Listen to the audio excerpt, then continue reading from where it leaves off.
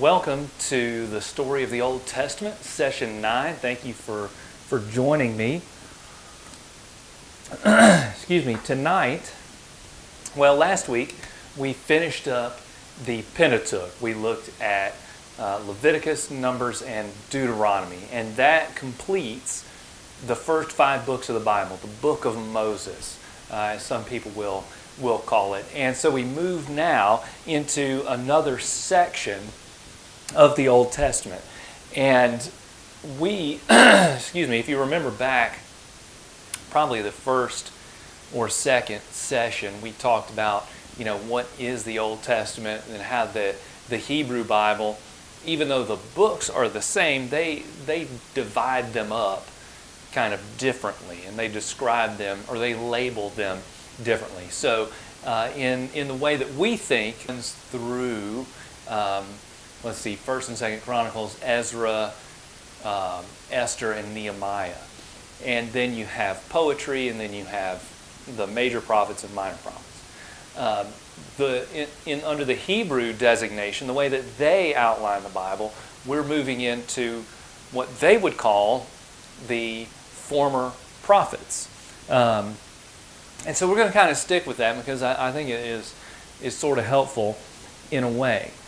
Because this section of the Bible, so what we're going to be talking about tonight and next time is Joshua, Judges, then Samuel and Kings. So those 4 books, they would actually, the Hebrew divisions would put Ruth in with the writings, not with the prophets.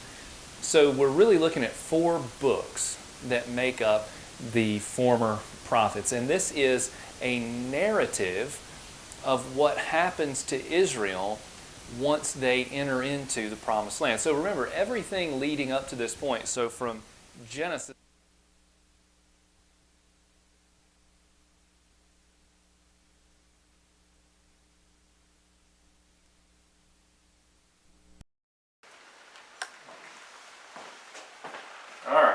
technical difficulty hopefully averted. Alright, so from the end of Genesis through Deuteronomy, that is a story of God's people, of Israel, getting from Egypt into or to the Promised Land. Now this, starting with Joshua, we're going to see the conquest of the Promised Land, and then what happens once the Israelites are there. So this section from Joshua through Kings, 2 Kings, is really a description of that time period between, hey, we're into the Promised Land and now we're going to get evicted from the Promised Land. So, former prophets include these 4 books, Joshua, Judges, Samuel, and Kings. These are sometimes called the Deuteronomistic history. That's a big, long word that I don't know how to pronounce and you don't need to really worry about, but it simply means that the history contained in these books is based on the covenant as expressed in Deuteronomy. It uses Deuteronomy's principles as kind of a grid or a set of glasses through which to view the history that is taking place. Joshua, Judges, Samuel, and Kings. The 1st and 2nd Samuel and 1st and 2nd Kings, those are artificially divided. It's really one book, Samuel and Kings. There's theories as to why it's broken up. It very likely is. They're very long. If you took those together, they're super long. And remember, Bibles didn't start out like this. They started out as scrolls, and you can imagine that if you had a scroll containing all of that, so divided up into 2 separate books apiece. And this whole section is a real roller coaster ride, if I'm going to be honest, because you think about it. In Joshua, you have the conquest of the land, which is that's a high point, right? things are going great. The people are victorious. They are listening and obeying what God has had to say, and they're experiencing the blessings that come with the covenant. Then you get to Judges, and things really get to rock bottom. But then by the time Samuel rolls around, we're then seeing the rise of the monarchy, which ultimately is meant to be a blessing to the people of Israel. And then in Kings, you have kind of another bumpy road of good kings, bad kings, and all of that. So tonight I want us to focus on Joshua first of all, and we're going to spend a fair amount of time in Joshua because it's awesome and it's amazing. And then we're going to talk about Judges, and then hopefully the plan would be in the next session we'll talk about Samuel and Kings. So let's look at Joshua. This, of course, comes right after Deuteronomy, and it's a continuation.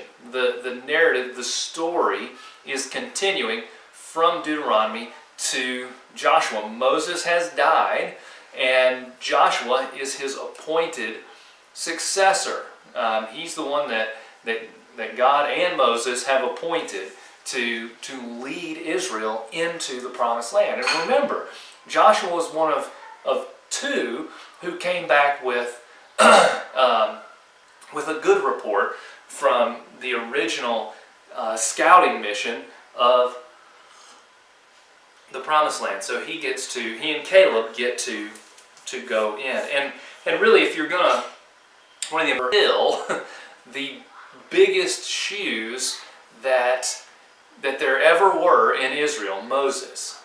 And I don't know about you, but if I'm Joshua, I'm probably feeling a little inadequate. I'm probably feeling like, man, I gotta fill Moses' shoes. I have to lead these people after he's been leading us for 40 years.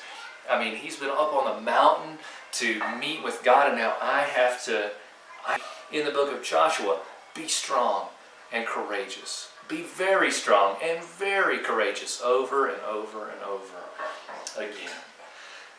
But in the book of Joshua, because it is about conquest, it's about them taking control of the promised land, I just want us to look at a few of the major themes. So really two major themes, and then I want to address, I think, one of the most but major themes. There's two that I want to look at. We could probably pick out many, many more. Scholars have certainly identified many more, but for our purposes, I want us to look at two major themes in the book of Joshua. Number one, and this is probably the theme of the entire book, it's the purpose, certainly the purpose of the entire book, is to describe the conquest of the land, the conquest of the promised land in the book of Joshua. And it's not a super long book, and so that is a lot. And scholars have actually broken down the different ways in which that word is used, like the people passed by the land, the people took over, different terms that the Bible uses to describe what the Israelites are doing, and they kind of, if I'm trying to interpret the Bible and I see a word repeated that many times in one section, then red flag goes up. We're going to highlight that. We're going to pay attention because God's trying to get something across. It's kind of like when Jesus says, truly, truly, I tell you, like, listen up. Well, land, okay? So from Exodus through Deuteronomy, we see God fulfilling his covenant promises to Abraham. See the stars in the sky. I'm going to give you so many descendants that it's going to be like the stars of the sky. So there was a promise that God made to Abraham that he was going to have descendants, right? We see that because remember, 70 sons of Jacob, or 70 people from Jacob's family go into Egypt at the end of Genesis, and then millions walk out, 300-400 years later. God has now made Abraham's name a great nation, he's well on his way to making Abraham's name a great nation. So now in Joshua, what we see is God beginning to fulfill the promise that God made Abraham to give him the land of Canaan. Right? So again, like if we take our glasses, and mine are filthy right now, goodness, it's a wonder I can see anything. So if we take our biblical interpretation glasses, and the glasses we're looking through is covenant, okay, then we're able to begin to see some things that are going on in these books. So the question, though, at least that I think I've raised in my head over the years, and maybe you've raised it too, maybe you haven't.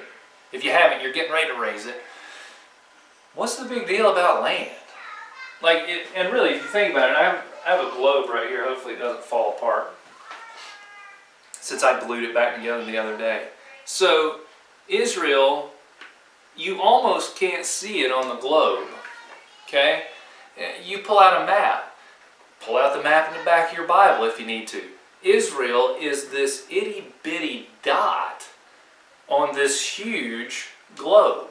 I mean, North Carolina, far larger than Israel is. So what's the big deal, God, about this tiny strip of land on, between the Mediterranean Sea and the Jordan River? You'd think if God was going to promise something really great as far as real estate, it would be like, hey, we're going to give you Africa or something like that, but it's not.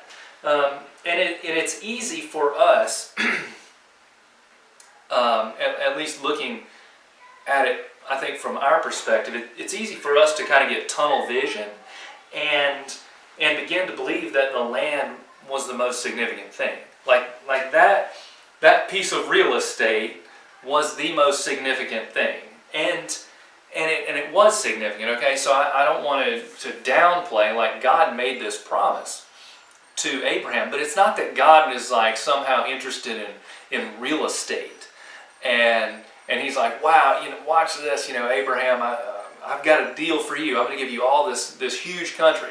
He doesn't. He gives this small country, and it's significant to the point that there's a purpose behind the land.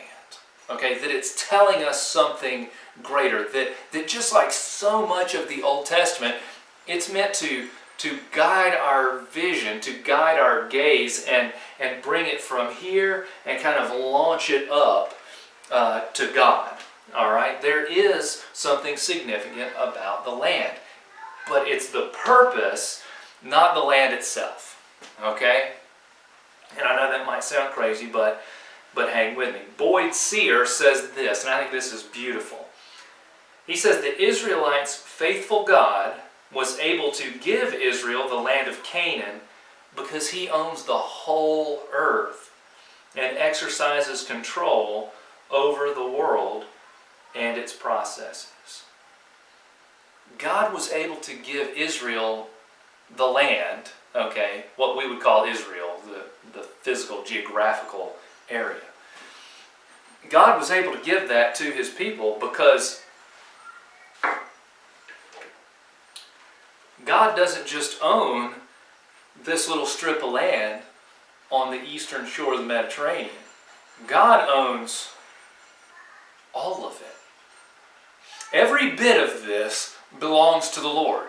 Okay? The earth is the Lord's and the fullness thereof. Right? It all belongs to him. Now, he has selected for his purposes, and we're getting there, but he's selected for his purposes this little bit of land, this little piece of land, especially for Israel, for his people, for a purpose. This is God's earth, okay? And we need to remember this, all right? And this is part of what it means, or this is the heart behind the fact that we are called as as people, okay, as the human race, we are called to be stewards of God's earth. It belongs to Him, right? He gets to determine if He wants His people to live here or there or anywhere. He could have said, I want you guys to live in, Scotland. He could have said that if he wanted to. It's His earth. He can do what He pleases with it. All right? It's not ours. We are stewards of the earth, the good earth that belongs to God. But still, okay, so why? Okay, we get it. God owns the whole earth. He gets to determine where His people, where He wants them to live. But why? Why does it matter? Thomas Schreiner says this: the land, and he's talking about Palestine, about Israel, the geographic place. The promised land is not paradise, but it is an anticipation of paradise regained. And I love this part: an outpost of Yahweh's lordship over His people. Okay, I'm going to read that again. The land is not paradise, but it is an anticipation of paradise regained, an outpost of Yahweh's lordship over His people. Remember where we've come from as a human race, but remember where we've come from in our study of the Old Testament. Okay? Paradise lost in Genesis. Paradise was lost in Genesis. And the story of redemption is, in a big way, the story of redemption is the story of God restoring what was lost in Eden. Okay? That Him dwelling with His people. Remember when we talked about the tabernacle 2 weeks ago, part of the purpose of the tabernacle was a step in restoring God's presence, being actually right there with His people. Now there were things in the way, there were things that you had to do to get into God's presence, but this was one baby step towards the ultimate restoration of Eden, of God dwelling with His people. That's what we have to look forward to, okay? And so God sets apart this section of land, and His plan is, my people are going to inhabit this land, and I'm going to be their God, and they are going to, for them, it is going to be an example of, a precursor, a forerunner of what I'm going to restore later on. It's a step. So the land promised, the land of Israel, the physical, on the earth land of Israel, is a step toward what was lost in Eden. And to go along with that, right, is that the land was meant to be a place of rest. Okay, think about it. As Israel comes into the land, number one, what have they been doing since God called Abraham, at the time Abram, out of Ur of the Chaldeans, so out of Babylon, effectively? What have God's people been doing since that time? They've been wandering around. They've been sojourners. They haven't really had a place to call their own. Sure, for moments they could catch a break here and there, but they were aliens in foreign lands for all this time. It is a place of rest from slavery. Remember, 40 years earlier, they had come out of slavery in Egypt. Nothing restful about that. But that wasn't going to be the way it was going to be in the land. Rest from war. Okay, and think about this. So, listen, the author of Hebrews picks up on this. Okay, he gets it. He gets whoever it is that wrote Hebrews gets what God is doing all the way back here in Joshua. He gets what God is doing when he gives his people this promised land, and this is supposed to be a place of rest. Listen to what the author of Hebrews writes in Hebrews 4, starting in verse 1. Therefore, since the promise to enter his rest remains, whose rest? That's God's rest. Let us beware that none of you be found to have fallen short. For we also have received the good news just as they did. But the message they heard did not benefit them, since they were not united with those who heard it in faith. For we who have believed enter the rest. In keeping with what he said, so I swore in my anger, they will not enter my rest.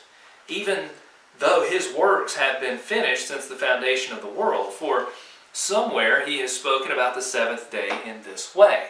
We talked about this when we were talking about creation. And on the seventh day, God rested from all his works. Again, in that passage, he says, they will never enter my rest.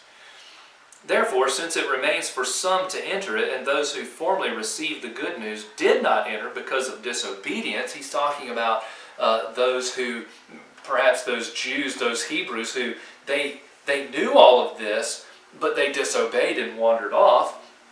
He again specifies a certain day, today. He specified this speaking through David after such a long time. Today, if you hear my voice, do not harden your hearts.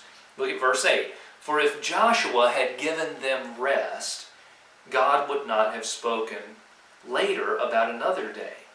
Therefore, a Sabbath rest remains for God's people. For the person who has entered his rest has rested from his own work, just as God works, just as God did from his. Let us then make every effort to enter that rest, so that no one will fall into the same pattern of disobedience. So again, for we who have believed, enter the rest. Like being in Christ is we enter into his rest spiritually.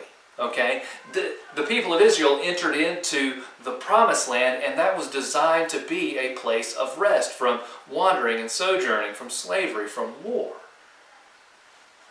When we enter into the promised land of Christ and God's kingdom, okay, we get to rest from our works, right? We don't have to try and struggle anymore to earn our salvation or anything like that. We come in through Christ, and we are given rest based on what he has done. As believers, we enter into God's rest in a very real but spiritual way right now. Okay? Joshua's rest in the promised land, the rest of the people into the promised land, was pointing to something greater, the rest that we receive, that we enjoy in Christ. Now, we will also rest with Christ then in the remade Eden. Like that's the picture that's the thing that we're looking forward to. And in that rest, y'all, listen to this. There's no more war. There's no more sojourning. Because what are we? Just as Israel wandered around and they were sojourners and aliens in strange land, foreigners, we are aliens in this world. Okay? Because why? This is not our home. Right? Our citizenship is in heaven. We're aliens, we're sojourners. And we need to behave as such. But we know that one day we're going home. We will return home. There will be no more slavery. This slavery to sin. And Christ breaks that when we're born again. He sets us free from the bondage of sin and slavery. Now, that doesn't mean that we still don't fight, and we still don't struggle, and we still aren't tempted. We're not made perfect in that instant. We still struggle with sin and temptation. But we're no longer bound to it. We're a new creation. Our spiritual DNA is no longer that sinful old man. It's the new man. Okay? Now, again, we're still living in the flesh, and so we struggle. But praise God, we're not bound to that anymore. And we will, as I said, we will be home. That's why the land is significant. It's not the piece of property itself that was the big deal. It's what it was pointing to and what it meant and what it was designed to get us to look forward to. All right, so the land, conquest of the land was a big deal. The other theme that I want us to pay attention to in the book of Joshua is, you may as well call it the theme of the Bible, or one of the themes of the Bible, but it's obedience. Okay? Obedience. God's promises to Abraham that he was fulfilling now, the great nation, the land, they're unconditional. Like he was going to, God is going to give Israel the land. However, if they wanted to enjoy the blessings of the land and all that it had to offer, they must remain faithful to God's covenant. They had to obey. Okay, it was not, I'm going to give this to you, and then they run off willy-nilly and they still enjoy God's blessings. It's God is upholding His end of the covenant, right? Unconditionally. But remember, all of those things that we saw, especially in Deuteronomy, obey, you have life. Obey, there's blessing. Disobey, there's death and there's cursing. There were covenant blessings and covenant curses that came along with the covenant that God made with His people.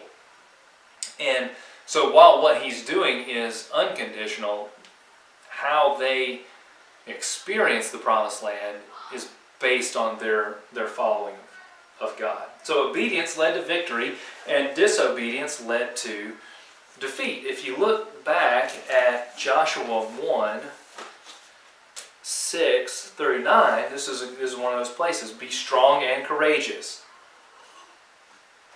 This is God speaking to Joshua. Be strong and courageous, for you will distribute the land I swore to their fathers to give them as an inheritance. There's going to be land. Above all, be strong and very courageous. To do what? To observe carefully the whole instruction my servant Moses commanded you. See there, be strong. Y'all, let me just say this. It takes strength and courage to obey God. Like right there. Do not turn from it to the right or to the left, so that you'll have success wherever you go. This book of instruction must not depart from your mouth. You're to meditate on it day and night, so that you may carefully observe everything written in it. What does that sound like? That sounds like Deuteronomy. Hear, O Israel, the Lord our God, the Lord is one. Command to teach these things to your children, right? For then you will prosper and succeed in whatever you do. You follow me, then there's going to be good things that come along with that. Haven't I commanded you, be strong and courageous. Do not be afraid or discouraged, for the Lord your God is with you wherever you go. All right?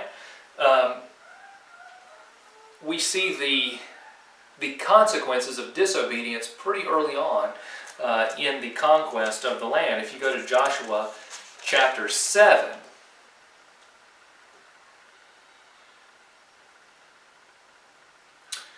if you go to Joshua chapter 7, verses 1 through 12, this is the first defeat that Israel experiences in the Promised Land, and it is the city of Ai, or Ai, however you care to pronounce that. And it says, the Israelites, however, were unfaithful regarding the things set apart for destruction. This is back at Jericho. Achan, son of Carmi, son of Zabdi, son of Zerah, of the tribe of Judah, took some of what was set apart, and the Lord's anger burned against the Israelites. He took some things that he was not supposed to. When they go into these cities, the precious metals are supposed to be set apart for God. He said, I'm going to just take a few of these for myself. Joshua, verse 2, sent men from Jericho to Ai, which was near Beth Aven, east of Bethel. and told them, "Go up and scout the land." So the men went up and scouted Ai. After returning to Joshua, they reported to him, "Don't send all the people, but send about 2,000 or 3,000 men to attack Ai, since the people of Ai are so few. Don't wear out all our people there." So about 3,000 men went up there, but they fled from the men of Ai. The men of Ai struck down about 36 of them and chased them from the outside of the city gate to the quarry, striking them down on the descent. As a result, the people lost heart. Then Joshua tore his clothes and fell face down on the ground before the ark of the Lord until evening, as did the elders of Israel. They all put dust on their heads. "O Lord God," Joshua said, "why did you ever bring these people across the Jordan to hand us over to the Amorites for our destruction? If only we had been content to remain on the other side of the Jordan." That sounds very Israelite of Joshua. "What can I say, Lord, now that Israel has turned its back and run from its enemies? When the Canaanites and all who live in the land hear about this, they will surround us and wipe out our name from the earth. Then what will you do about your great name?" The Lord then said to Joshua, "Stand up. Why have you fallen face down? Israel has sinned. They have violated my covenant that I appointed for them. They've taken some of what was set apart. They have stolen, deceived, and put those things with their own belongings. This is why the Israelites cannot stand against their enemies." Who's doing the fighting for Israel in this conquest of the Promised Land? Is it really Israel's might, military might and strategy and strength? No, it's God who's fighting for them. And now he says, listen, if you continue to follow me, if you continue to obey, you are going to continue to see victory. If you do not, you're going to see defeat. I'm going to withdraw my hand. They will turn their backs and run from their enemies because they have been set apart for destruction. I will no longer be with you unless you remove from among you what has been set apart. Right? If you obey, there's going to be victory. If you disobey, there's going to be defeat. Okay? But then you see the same principle in the covenant renewal that Joshua leads at the end of Joshua in chapter 24. Therefore, this is Joshua speaking, I believe. "Therefore, fear the Lord and worship him in sincerity and truth. Get rid of the gods your fathers worshipped beyond the Euphrates River and in Egypt, and worship the Lord. But if it doesn't please you to worship the Lord, choose for yourselves today which you will worship, the gods of your fathers, the gods your fathers worshipped beyond the Euphrates River, or the gods of the Amorites in whose land you are living." And this famous line, "As for me and my family, we will worship the Lord." And then they're like, "Oh, of course not. We're not going to abandon the Lord. We're going to worship God. It's going to be great." But Joshua told the people, "You will not be able to worship the Lord because he is holy, a holy God.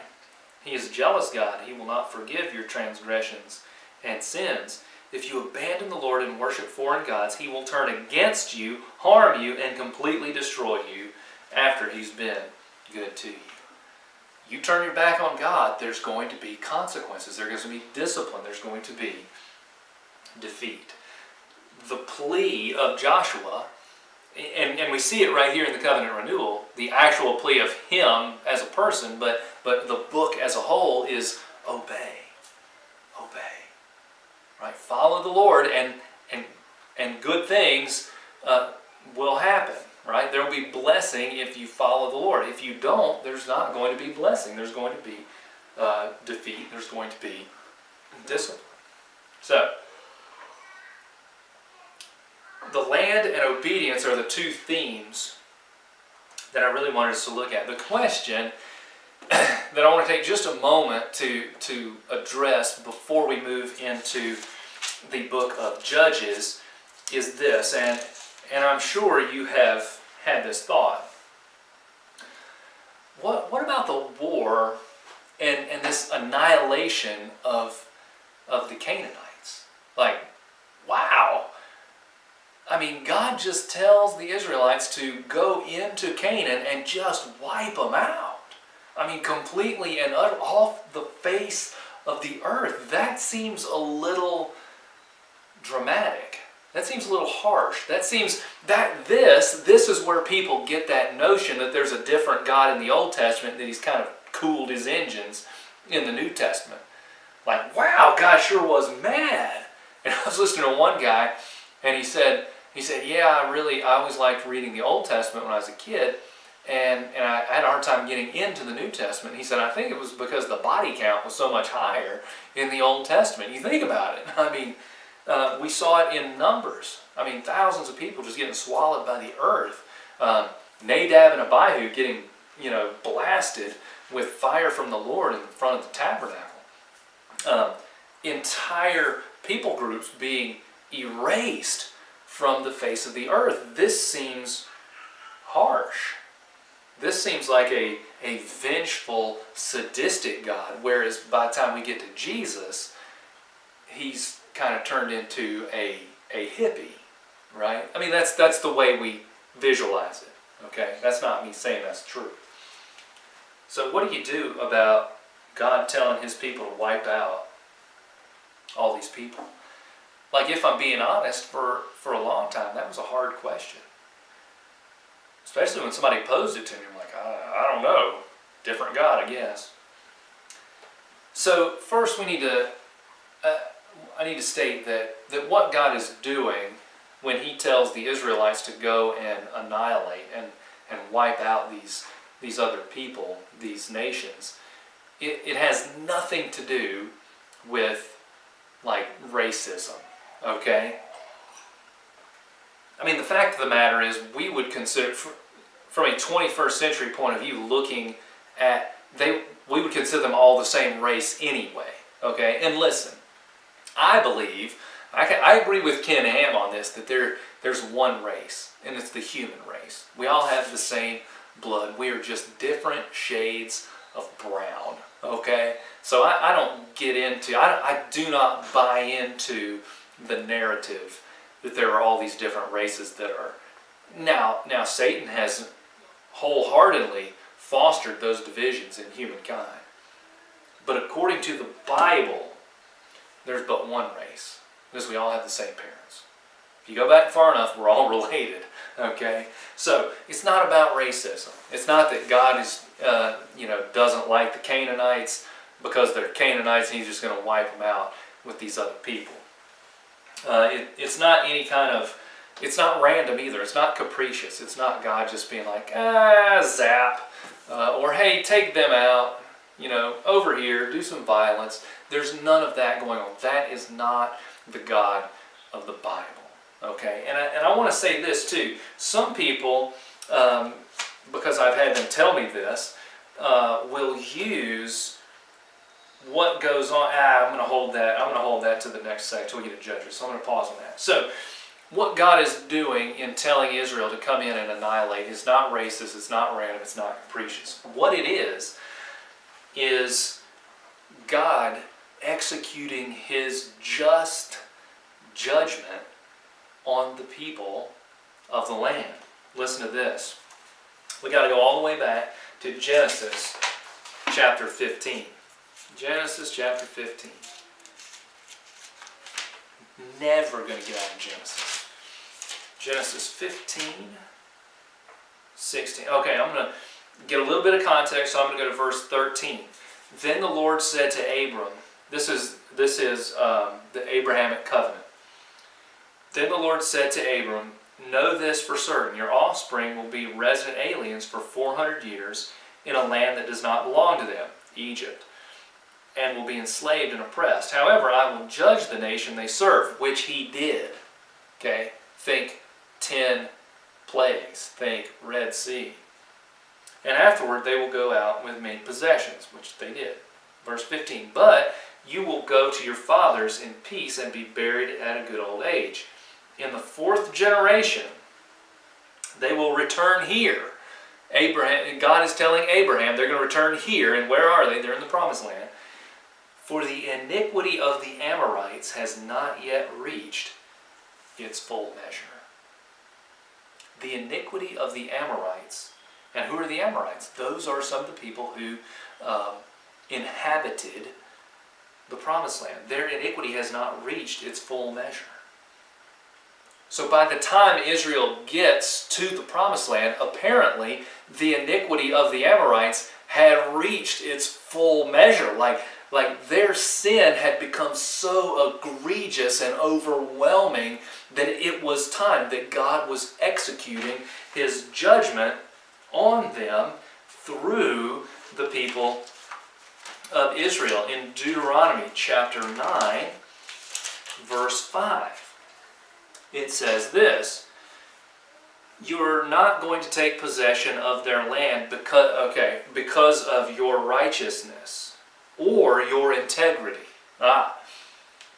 Israel, I'm not giving you this land because of your righteousness, I'm not giving you this land because you deserve it. Instead, the Lord your God will drive out these nations before you because of their wickedness. Okay, this is not some pastoral, idyllic, utopian society. Think, the hills are not alive with the sound of music. This isn't Little House on the Prairie. This is not Mary Poppins. This is none of that. This is a completely depraved and wicked land. I've talked about it before during our Bible studies. This is a land where they, with impunity and without batting an eye, they sacrifice their own children in flames. This is not well, how can God slaughter so many innocent people? He didn't. There was no innocent people. They were completely and utterly wicked. This is the same thing. The same thing is happening in Canaan now as happened throughout the earth, through the entire population, when Noah was called to build the ark and God wiped out everybody on the planet. That's God's justice and his righteous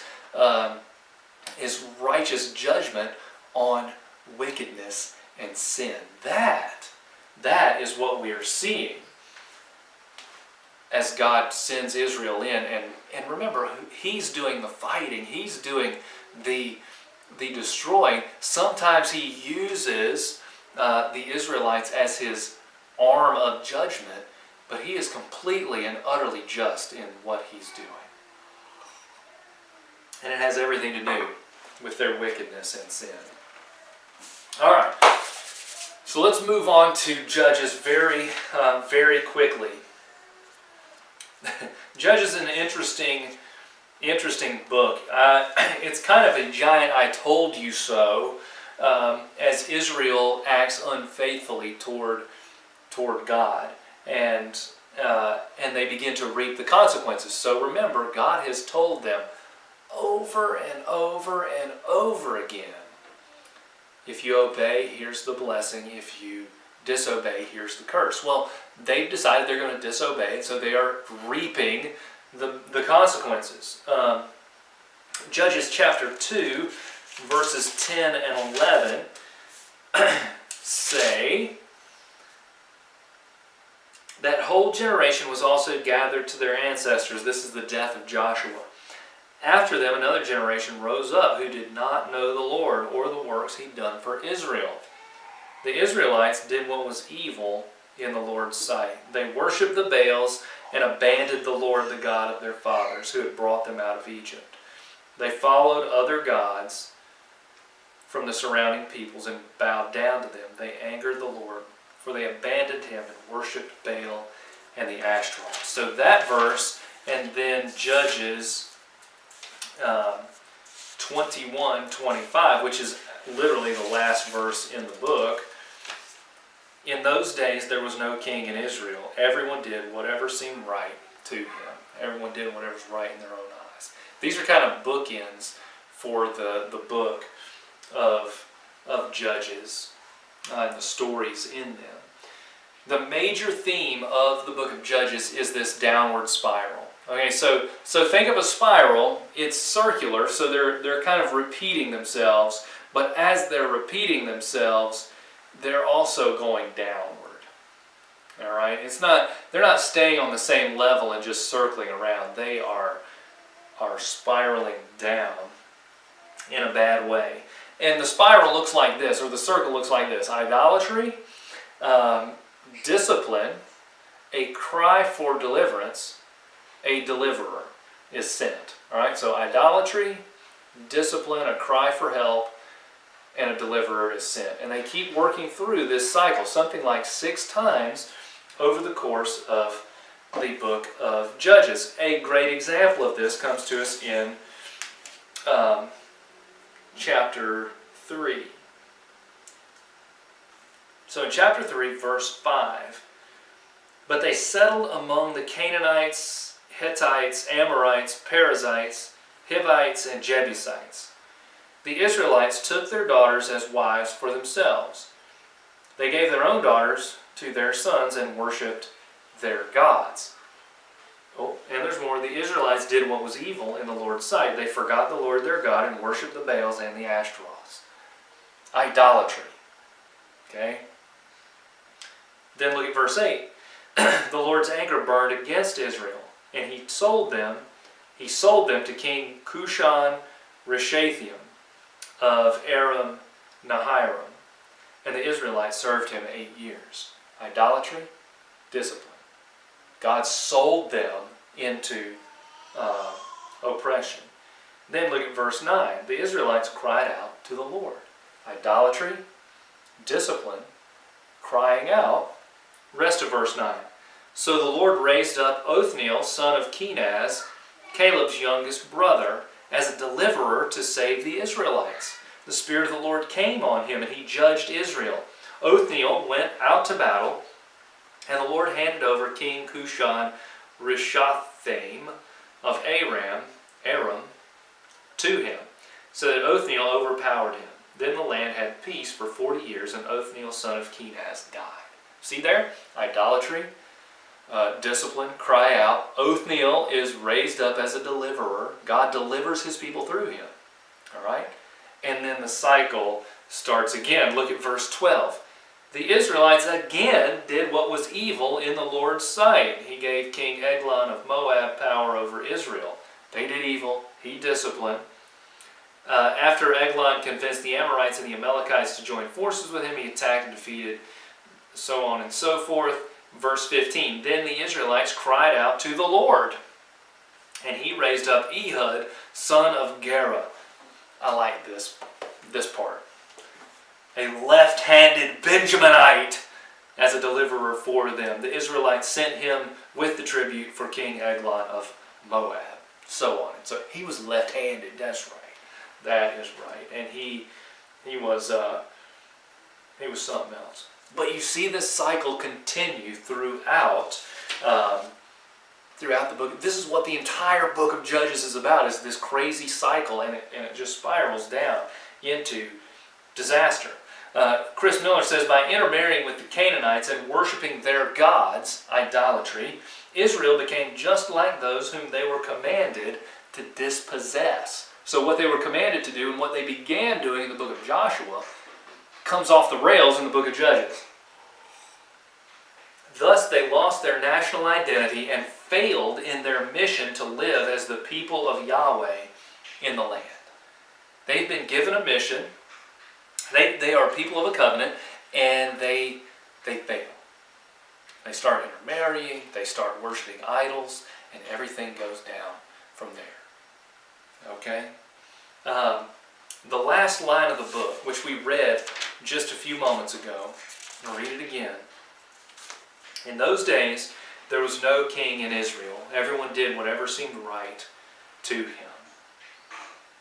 That line kind of leaves us wondering, like, is there any hope that some judge, that some king, that some leader, another Joshua, another Moses, is there any possibility that they could arise somebody who had the moral fiber and the faith to lead God's people the way that they needed to be led? The answer comes in Samuel. Okay? And again, in the Hebrew division, Samuel comes after Judges. But even in the way we have our Bible lined up with Ruth, you get a hint. You get a hint.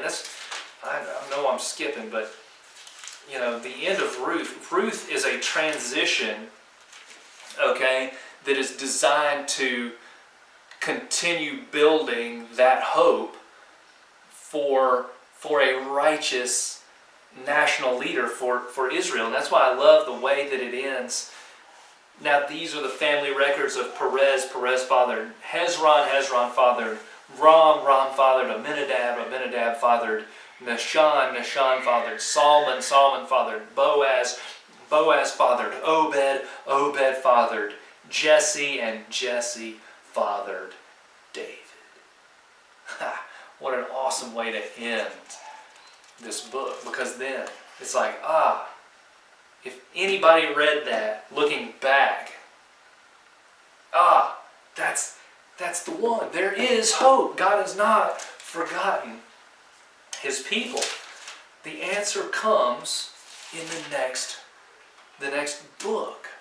Yes, there is hope. Even though there was no king in Israel during the period of the Judges, and they just continually did the wrong thing until they spiraled down to such a point that you had a guy one of Israelites sacrificing his own daughter. You have the issue with the Benjaminites and daughters for them, and all kinds of crazy, the immorality that was rampant in Israel at the time just was a mirror image of what was going on in the other nations around them.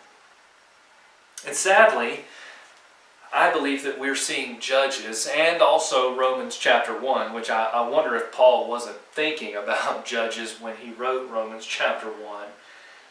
We're seeing it play out before our very eyes today. Okay? We as a society have cast off God's moral law, and we're spiraling out of control. And I'm not saying that everybody is, meant to be. I'd love for everybody to be believers, all right? But you can be a non-believer and still operate under the basics of God's moral law. Okay? We've seen that for 240 years in America.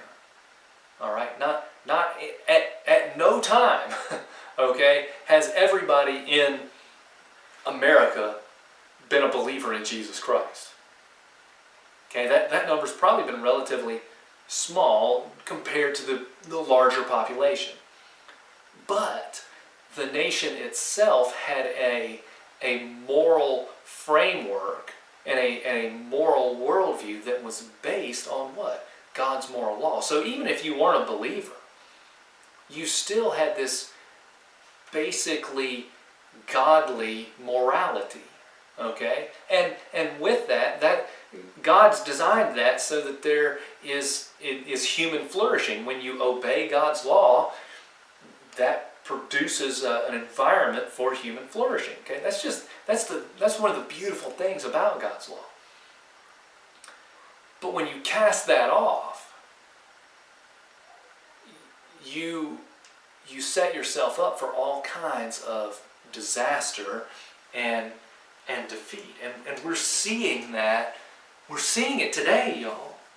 Our ability to think clearly has been completely compromised. I was talking to a friend of mine today, and it's just like the stuff we see is bizarre. Like canceling Dr. Seuss. That's what we've heard today. Today, March 3rd, 2021. They've canceled some Dr. Seuss. What? Like, we now live in a society where people are wildly confused about God's design for human beings. Okay? Wildly confused. And they not only are confused, but they celebrate the confusion. Our understanding of relationships is completely out of whack. And I mean any kind of relationship. I'm not just talking about that we've lost sight of what marriage is. I mean, that's bad. But just basic human relationships, we don't know what the first thing about that. Our rulers and leaders are, I think, completely off the rails when it comes to they're drunk on the power and the authority that they think they have, where they just do anything. They're running rampant. And this is nothing new. It's right here. I've said it before, and I'll say it again. Like, if you really want to understand the world in which we live today, the answers are found in God's Word. Okay? This provides the only worldview, in my opinion, that makes sense out of the world. It was true back then.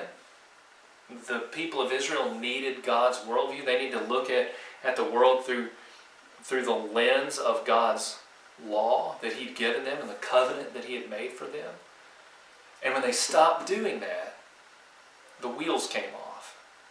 And they spiraled out of control into disaster, and into some really, really bad places. And I hate to say it, but we're in danger of that. And I pray we're not too far gone in our nation today, in our society. This is not just America. Let's be honest. It's all of Western civilization. But what we need is a return to God's commands and God's will and God's word. And if we really want to make sense out of the world, this is where to find it. So, with 2 minutes to spare, that is Joshua and Judges. Like I said, next week we'll pick up and talk about Samuel and Kings.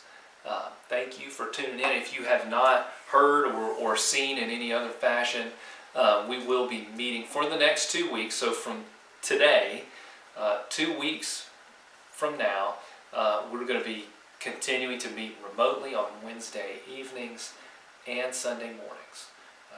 We want to be extra careful. This is a decision, a difficult decision that we have made and come to, so that we can keep you as healthy and safe as possible and maintain our witness in the community. So please join us Sunday at 9. We'll be streaming, and also next Wednesday as well for our next session of Story of the Old Testament. Thank you for joining me. Have a great night, and we'll see you soon.